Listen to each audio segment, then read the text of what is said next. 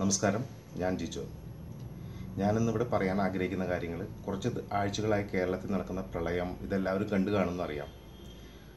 പക്ഷെ അതിലെനിക്ക് ഒന്ന് രണ്ട് കാര്യങ്ങൾ എനിക്ക് എടുത്തു പറയേണ്ടതായിട്ട് തോന്നി, പബ്ലിക്കിനോട് പറയേണ്ടതായിട്ട് തോന്നി. അതുകൊണ്ടാണ് ഞാനിപ്പോൾ ഈ വീഡിയോ ബ്ലോഗ് ഇടുന്നത്. കാര്യങ്ങൾ മറ്റൊന്നുമല്ല, ഇത് പലർക്കും ഇഷ്ടപ്പെടാം, ഇത് എൻ്റെ മാത്രം അഭിപ്രായമാണ്. അതൊരു ഞാനൊരു പ്രത്യേക രാഷ്ട്രീയത്തിൽ വിശ്വസിക്കുന്ന ആളോ ഒന്നുമല്ല.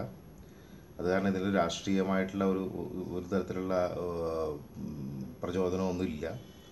ഇത് കണ്ണി കണ്ട കാര്യം, എൻ്റെ കൺമുമ്പിൽ കണ്ട കാര്യം ഞാൻ അങ്ങ് തുറന്നു പറയണം, ഞാൻ മനസ്സിലാക്കിയ കാര്യം അങ്ങ് തുറന്നു പറയണം എന്ന് തോന്നി. അതുകൊണ്ട് മാത്രം ഈ വീഡിയോ ബ്ലോഗ് ഇടുന്നതാണ്. പിന്നെ പലർക്കും ഇത് എൻ്റെ അഭിപ്രായത്തോട് യോജിക്കാം, പലർക്കും യോജിക്കാതിരിക്കാം. അത് നിങ്ങളുടെ ഇഷ്ടം. ഇതെൻ്റെ വ്യക്തിപരമായ അഭിപ്രായം മാത്രമാണ്, അതെപ്പോഴും മനസ്സിൽ കാണുക. ആദ്യമായി പറയാനുള്ളത്, കേരളത്തിലിപ്പോൾ നടന്നിട്ടുള്ള ഈ വെള്ളപ്പൊക്കവും എല്ലാം മറ്റേത് രാജ്യത്തിലായിരുന്നു നടന്നിരുന്നെങ്കിലും, ഇന്ത്യയിലെ മറ്റേത് സംസ്ഥാനത്ത്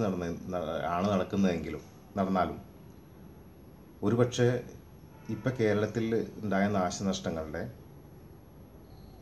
എന്ന് പറഞ്ഞാൽ ജീവൻ പോയ മരണപ്പെട്ടവരുടെ ഒരുപക്ഷെ 10-100 മടങ്ങായിരിക്കാം സംഭവിക്കാം. അതിൽ ശരിക്കും പറഞ്ഞു കഴിഞ്ഞാൽ നമ്മുടെ നാടിൻ്റെ മാത്രം പ്രത്യേകതയാണ്. ഇപ്പോഴാണ് ശരിക്കും മഹാബലി നാട് വാണ കാലം പോലെ ആയത്.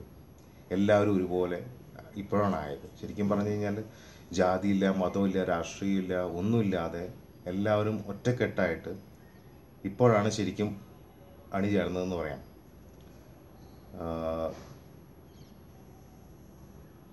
ഇതിൻ്റെ പിന്നിലൊരു യാതൊരു തരത്തിലുള്ള രാഷ്ട്രീയ പ്രചോദനം ഒന്നുമില്ല. എല്ലാവരും നമ്മുടെ സുഹൃത്തുക്കളായാലും അയൽവക്കാരെയായാലും ആരെയായാലും മനസ്സറിഞ്ഞ് സഹായിക്കുക ചെയ്യണം. ഈ സമയത്ത് കിട്ടിയ പരിമിതമായിട്ടുള്ള സൗകര്യങ്ങൾ വെച്ച് എല്ലാവരും അഡ്ജസ്റ്റ് ചെയ്യുന്നുണ്ട്. അത് വേറെ എവിടെയാണെങ്കിലും ഇതിൻ്റെ 100 മടങ്ങൊക്കെ ആയിരിക്കും ചിലപ്പോൾ മരണപ്പെടുന്ന ആൾക്കാരുണ്ടാവാം. കാരണം ഇത് എന്താ പറയുക, ഇന്നലെ വരെ ഈ എന്താ പറയുക കവലകളിലൊക്കെ ഇരുന്ന് വാട്സപ്പും ചെയ്തും വേറെ തൊഴിലില്ലാതെ നടത്തുന്ന പിള്ളേർ എന്ന് കരുതിയിരുന്ന പലരും ഒരാളും മൈൻഡേ ചെയ്തിരുന്നില്ല. സമൂഹത്തിൻ്റെ ഭാഗമെന്ന് തോന്നിയിട്ട് പോലും ഇല്ലാത്ത തരത്തിലുള്ള പലരും, ഒത്തിരി പേര് ഈ ഒരു സംഭവം ഉണ്ടായപ്പോൾ എല്ലാവരും മുന്നോട്ട് വന്ന് പരസ്പരം സഹായിക്കുകയും, ചെറുപ്പക്കാരാണ് കൂടുതലും ആക്റ്റീവായിട്ട് എല്ലാവരെയും സഹായിക്കുകയും രക്ഷപ്പെടുത്താനും, ഈവൻ എന്താ പറഞ്ഞു കഴിഞ്ഞാൽ പുറത്തുള്ള വന്ന ഫോഴ്സിനേക്കാളും അവർക്കും സപ്പോർട്ടായിട്ട് അവരെക്കാളും ഒരുപക്ഷെ കൂടുതൽ നമ്മളെ സഹായിച്ചിട്ടുള്ളതും ഒരുപക്ഷെ ഈ ചെറുപ്പക്കാരാണ്. ഇന്നലെ വരെ വെറും എന്താ പറയുക തൊഴിലൊന്നുമില്ലാതെ തെണ്ടിത്തെറിഞ്ഞ് നിൽക്കുന്ന ആൾക്കാർ പോലും ഇന്ന് സമൂഹത്തിന് മുന്നിൽ വലിയ സ്ഥാനം അവർക്കുള്ളത്. കാരണം അവർ അത്രയേറെ അധ്വാനിച്ച് ജീവൻ പോലും പണയപ്പെടുത്തിയാണ് പലരും ഈ കാര്യത്തിന് പരസ്പരം സഹായിക്കാൻ വേണ്ടി മുന്നോട്ട് വന്നത്. അത് എടുത്തു പറയേണ്ട ഒരു കാര്യമാണ്. രണ്ടാമത്തെ കാര്യം എന്ന് പറഞ്ഞു കഴിഞ്ഞാൽ, വേറെ എനിക്ക് തോന്നിയത്, ഇതിന് ഒരു പൊളിറ്റിസൈസ് ചെയ്യേണ്ട ആവശ്യമുണ്ടെന്ന് എനിക്ക് തോന്നുന്നില്ല. കാരണം ഇത് കഴിഞ്ഞ് കഴിഞ്ഞാൽ, ഈ പ്രളയം ഇത് കഴിഞ്ഞ് വെള്ളമൊക്കെ ഇറങ്ങി എല്ലാവരും വീടുകളിലേക്ക് പോകുന്ന അവസ്ഥ വന്നു കഴിഞ്ഞാൽ പിന്നെ ഓരോരോ പാർട്ടിക്കാരും ഞങ്ങളാണ് കൂടുതൽ ചെയ്തത്, ഞങ്ങളില്ലെങ്കിൽ അതായിരുന്നു ഇതായിരുന്നു എന്ന് പറഞ്ഞ് മുന്നോട്ട് വരും. പക്ഷെ ദയവായിട്ട് നിങ്ങളൊരു കാര്യം മനസ്സിലാക്കണം, ഇതിലൊരു രാഷ്ട്രീയ പാർട്ടിക്കോ ഇതിനോ ഒരു പങ്കുമില്ല. എല്ലാവരും പരസ്പരം സഹായിച്ചിട്ടുള്ളത്. ജാതി മത ഭേദമന്യേ രാഷ്ട്രീയ പാർട്ടികളുടെ വിശ്വാസം, അതായത് ഏത് പാർട്ടിയിലെ വിശ്വസിക്കുന്ന അവർക്ക് വേണ്ടിയൊന്നും അല്ല ചെയ്തത്. ഇത് പബ്ലിക്കിന് അവൻ്റെ സഹോദരൻ, അടുത്തുള്ള ആൾക്ക്, അല്ലെങ്കിൽ ഫ്രണ്ട്സിന്, അല്ലെങ്കിൽ അടുത്തുള്ള ആൾക്ക്, ആരും ആയിക്കോട്ടെ, നമുക്ക് ഒരു പരിചയമില്ലാത്ത ആൾക്കാരെയാണ് നമ്മൾ കൂടുതൽ സഹായിച്ചിട്ടുള്ളത്. ആയാലും നമ്മൾ ഇത്രയേറെ സഹായിക്കുകയും ഒക്കെ ചെയ്ത് ഒരു രാഷ്ട്രീയ പാർട്ടിയുടെ പിൻബലം കൊണ്ടല്ല ചെയ്തിട്ടുള്ളത്. അതൊക്കെ നമ്മൾ മനസ്സിലാക്കേണ്ട കാര്യമാണ്.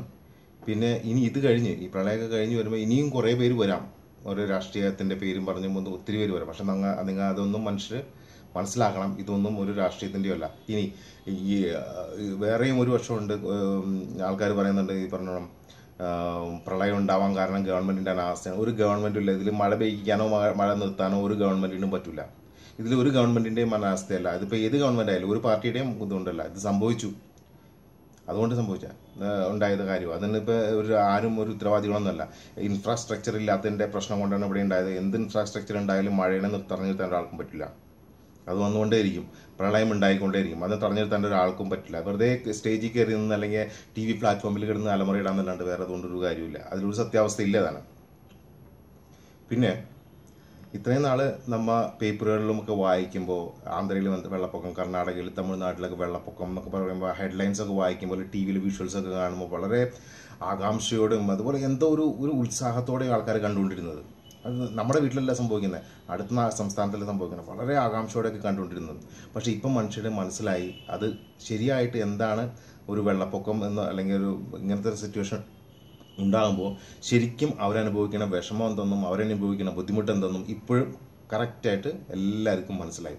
ഇനിയിപ്പോൾ നമ്മൾ പേപ്പറിൽ ഒരു ആന്ധ്രയിൽ വെള്ളപ്പൊക്കം, തമിഴ്നാട്ടിൽ വെള്ളപ്പൊക്കം എന്ന് കാണുമ്പോൾ ഒരിക്കലും നമ്മൾ ആ വലിയ ക്യൂരിയോസിറ്റിയോട് വായിക്കാൻ നിൽക്കില്ല. നമുക്ക് മനസ്സിലാവും അയ്യോ ഇത്ര കഷ്ടപ്പാടാണല്ലോ എന്ന് ചിന്തിക്കും. കാരണം ഇതൊരു ഐ ഓപ്പണറായിട്ട് എനിക്ക് തോന്നിയിട്ടുള്ളൂ. കാരണം ഇങ്ങനെ സംഭവിച്ചത് ദുഃഖകരമാണ്, അതെല്ലാവർക്കും അറിയാവുന്ന കാര്യമാണ്. പക്ഷേ എന്നിരുന്നാലും സംഭവിച്ചു. പക്ഷേ ഇതിൽ നിന്ന് നമ്മൾ കുറേ കാര്യങ്ങൾ പഠിക്കേണ്ടതായിട്ടുണ്ട്. ഇപ്പോൾ പലപ്പോഴും ഈവൻ ഞാൻ പോലും നമ്മുടെ വീടിൻ്റെ അവിടെ വെള്ളം വരില്ല, നമ്മൾ ഉയരത്തിൽ താമസിക്കുന്നു, നമ്മുടെ വീടിൻ്റെ അവിടെ വെള്ളം വരില്ല എന്നൊക്കെ ചിന്തിച്ചിരിക്കുന്ന ഒത്തിരി പേരുണ്ട്. അല്ലെങ്കിൽ എൻ്റെ വീട്ടിലാരും വരില്ല കാരണം ഞാൻ അതിനുള്ള മതിൽ സൗകര്യങ്ങളൊക്കെ ഉണ്ടായിരുന്നു. പക്ഷേ ഒരാളെ പോലും വെഴുതി വിട്ടിട്ടില്ല. എല്ലായിടത്തും വെള്ളം വന്നു, എല്ലായിടത്തും വെള്ളം പൊന്തി. എത്ര ഉയരത്തിൽ മണിമാളികയിലിരിക്കുന്നവനാലും വെള്ളം പൊന്തി. അപ്പോൾ അത് കാരണം കൊണ്ട് എത്ര നിസ്സാരമായിട്ട് കരുതേണ്ട ആവശ്യമില്ല. മറ്റുള്ളവരുടെ വീട്ടിൽ വെള്ളപ്പൊക്കം, അയൽവക്കാരൻ്റെ വീട്ടിൽ എന്തെങ്കിലും സംഭവം ഉണ്ടാകുമ്പോൾ അത് നമ്മുടെ വീട്ടിൽ വന്നാൽ മാത്രം നമുക്ക് മനസ്സിലാവുമെന്നല്ല എന്ന് ചിന്തിക്കരുത്. നമ്മൾ അത് മനസ്സിലാക്കാൻ ശ്രമിക്കണം. ഓരോ സ്ഥലത്തും വെള്ളപ്പൊക്കം അല്ലെങ്കിൽ ഈ കാര്യമൊന്നല്ല, എന്ത് കാര്യം ഉണ്ടാകുമ്പോൾ മറ്റുള്ളവരുടെ ജീവിതത്തിൽ ഉണ്ടാകുമ്പോൾ നമുക്കത് മനസ്സിലാക്കാൻ പറ്റണം. ഇത് നമുക്ക് വരാൻ പറ്റാത്ത കാര്യമൊന്നുമല്ല. ഇത് വെറും ഒരു ടെസ്റ്റ് ഡോസ് മാത്രം നമ്മളെ കാണിച്ചു തരികയാണ്. കാരണം കേരളം എന്നല്ല, ഇന്ത്യ എല്ലാവരും മനുഷ്യരാശി ഇടയ്ക്ക് ചെയ്യുന്ന സംഭവം എന്ന് വെച്ചാൽ കൂടുതൽ അഹങ്കരിച്ചു പോയി. നമ്മുടെ കയ്യിൽ സ്വത്തുണ്ട്, പണമുണ്ട്, മനുഷ്യനെ മനുഷ്യനായിട്ട് കാണാതെയും അല്ലാതെ എന്താ പറയുക പണത്തിന് മാത്രം വാല്യൂ കൊടുത്തിട്ട് ആൾക്കാർ മുന്നോട്ട് കുറേ നാൾ പോയിക്കൊണ്ടിരുന്നു.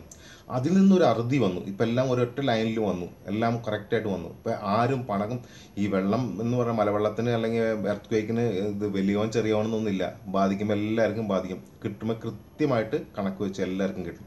അപ്പോൾ ഇത് ഒരു അങ്ങനെ രീതിയിൽ കാണേണ്ട ആവശ്യമില്ല. ഇതെല്ലാവരും മനുഷ്യരാശിയുടെ ഒരു അഹങ്കാരത്തിൻ്റെ ഒരു ഇതായിട്ട് കണ്ടാൽ മതി. അത് ഇനി അതിൽ നിന്ന് പഠിച്ച് മുന്നോട്ട് പോകാൻ നിന്നാൽ മതി. ഇനി അത്ര അഹങ്കരിക്കരുത്. കുറേ കൂടിയും ഈ സമയത്ത് ഒരു ഗുണം കൂടി ഉണ്ടായിരുന്നു. പലരും പരസ്പരം ശത്രുത വെച്ച് പുലർത്തിയിരുന്ന പലരും ഒരുപക്ഷെ ഇതോടുകൂടി ഒന്നിച്ചിട്ടുണ്ടാവാം. പലർക്കും സമൂഹത്തിൽ അവഗണിക്കപ്പെട്ടിരുന്ന ആൾക്കാർക്ക് നിന്നായിരിക്കും ഹെൽപ്പ് നമുക്ക് കിട്ടിയിട്ടുണ്ടാവാം. അപ്പോൾ അങ്ങനെയൊക്കെ വെച്ച് നോക്കുമ്പോൾ ഇതൊരു ഐ ഓപ്പണറായിട്ട് കണ്ടാൽ മതി. നമ്മുടെ പിന്നെ ഇപ്പം സംഭവിച്ചിട്ടുള്ള നാശനഷ്ടങ്ങൾ, പല സ്ഥലങ്ങളിലും സംഭവിച്ചിട്ടുള്ള നാശനഷ്ടങ്ങളൊക്കെ മാറും. ഒരു വർഷത്തിനുള്ളിൽ അല്ലെങ്കിൽ കുറച്ച് കാലക്രമേണ അതൊക്കെ മാറും. അതൊക്കെ എല്ലാം മറക്കും. എല്ലാവരും പഴയ നോർമൽ സ്ഥിതിയിൽ പോലെയാവും. എന്താ പറയുക, ഈ തവണ ഓണം ഒന്നും ആരും ആഘോഷിക്കുന്നില്ല അധികം പേരൊന്നും. എങ്കിലും അടുത്ത വർഷം നമുക്ക് ഓണം നന്നായിട്ട് ശരിക്കും ഉള്ളറിഞ്ഞ് ആഘോഷിക്കാം എന്നുള്ള അവസരമാണ് ഇത് അടുത്ത വർഷത്തേക്ക് നമുക്ക് ഉണ്ടാകുന്നത്. ഈ സാഹചര്യങ്ങളൊക്കെ മാറും. എല്ലാവരും നല്ല എന്താ പറയുക, നല്ല പഴയ രീതിയിൽ തന്നെ എല്ലാവരും തിരിച്ചു വരും. അപ്പോൾ അത് മനസ്സിലാക്കാം. പിന്നെ മറ്റുള്ള സംസ്ഥാനങ്ങളിൽ ഇങ്ങനെ വെള്ളപ്പൊക്കമൊക്കെ ഉണ്ടാകുമ്പോൾ ഇങ്ങനെ ഒന്നും കരുതാതിരിക്കുക. അവർക്കല്ലേ നമ്മുടെ വീട്ടിൽ വരില്ല എന്നൊന്നും കരുതാതിരിക്കുക. പിന്നെയുള്ള കാര്യം എന്ന് പറഞ്ഞാൽ ഇത് ഇനി ഇത് കഴിഞ്ഞ് വരാൻ പറ്റാവുന്ന വേറെ കാര്യം എന്ന് വെച്ചാൽ ഓരോ മതം വന്നേക്കാം, എനിക്കറിയില്ല. രാഷ്ട്രീയ പാർട്ടികളെ പോലെ തന്നെ മതങ്ങളും വരാം. ഇത് ദൈവത്തിനോടുള്ള ആ നീതി കൊണ്ട് സംഭവിച്ചത് അങ്ങനെയൊന്നുമല്ല. അങ്ങനെ വേണമെങ്കിൽ വിശ്വസിച്ചോ, കുഴപ്പമില്ല. നല്ല കാര്യത്തിന് വേണ്ടിയാണെങ്കിൽ വിശ്വസിച്ചോ, കുഴപ്പമൊന്നുമില്ല. പക്ഷേ ഇത് അതൊന്നുമല്ല. ഇത് നമുക്കൊരു മനസ്സിലാക്കി തരികയാണ്. നിങ്ങളും നിസ്സാരരാണെന്ന് മനസ്സിലാക്കി തരിക. ഇത്രമാത്രം എനിക്ക് തോന്നിയിട്ടുള്ള കാര്യങ്ങൾ. ഇപ്പം നമുക്ക് ഇങ്ങനത്തെ ഒരു അവസ്ഥയിൽ പല സ്ഥലത്തു നിന്നും ഒത്തിരി സഹായങ്ങൾ കിട്ടിയിട്ടുണ്ട്. കേന്ദ്രത്തിൽ നിന്ന് നമുക്ക് ഒത്തിരി സഹായങ്ങൾ കിട്ടിയിട്ടുണ്ട്. അത് ഒരു കണക്കിന് പറഞ്ഞാൽ, ഒരു തരത്തിൽ പറഞ്ഞാൽ, ഇത് ഇന്ത്യ ഭരിക്കുന്നത് ഒരു രാഷ്ട്രീയ പാർട്ടിയല്ല. ഇന്ത്യക്ക് ഒരു പ്രധാനമന്ത്രിയുണ്ട്, അല്ലെങ്കിൽ ഒരു നേതാവുണ്ട്. ഇങ്ങനത്തെ ക്രിട്ടിക്കൽ സ്റ്റേജുകളൊക്കെ വരുമ്പോൾ, അവസ്ഥകൾ വരുമ്പോൾ അവർ ആ സംസ്ഥാനത്തെ, ഏത് സംസ്ഥാനമായി അവരെ സഹായിക്കുക എന്നുള്ളത് അവരുടെ കടമയാണ്.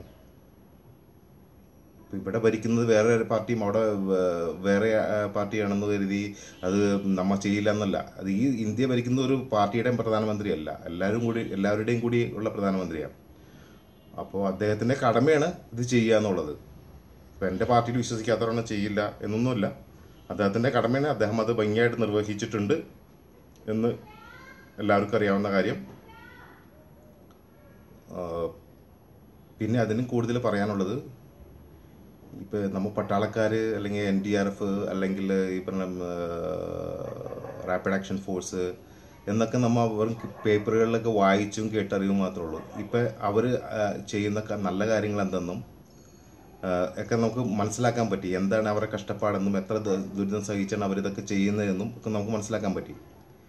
ഒരു ചെറിയ കാര്യം കൂടി പറയാനുള്ളത്, ഈ സമയത്ത് പലരും ഒത്തിരി റൂമറുകൾ നമ്മുടെ വാട്സപ്പിലും സോഷ്യൽ മീഡിയ സൈറ്റ്സുകളും വഴിയായിട്ട് പല സ്ഥലങ്ങളിലും പ്രചരിക്കുന്നുണ്ട്. നമ്മളെല്ലാവരും അതിൻ്റെ സത്യാവസ്ഥ എന്തെന്ന് മനസ്സിലാക്കാൻ ശ്രമിക്കുക.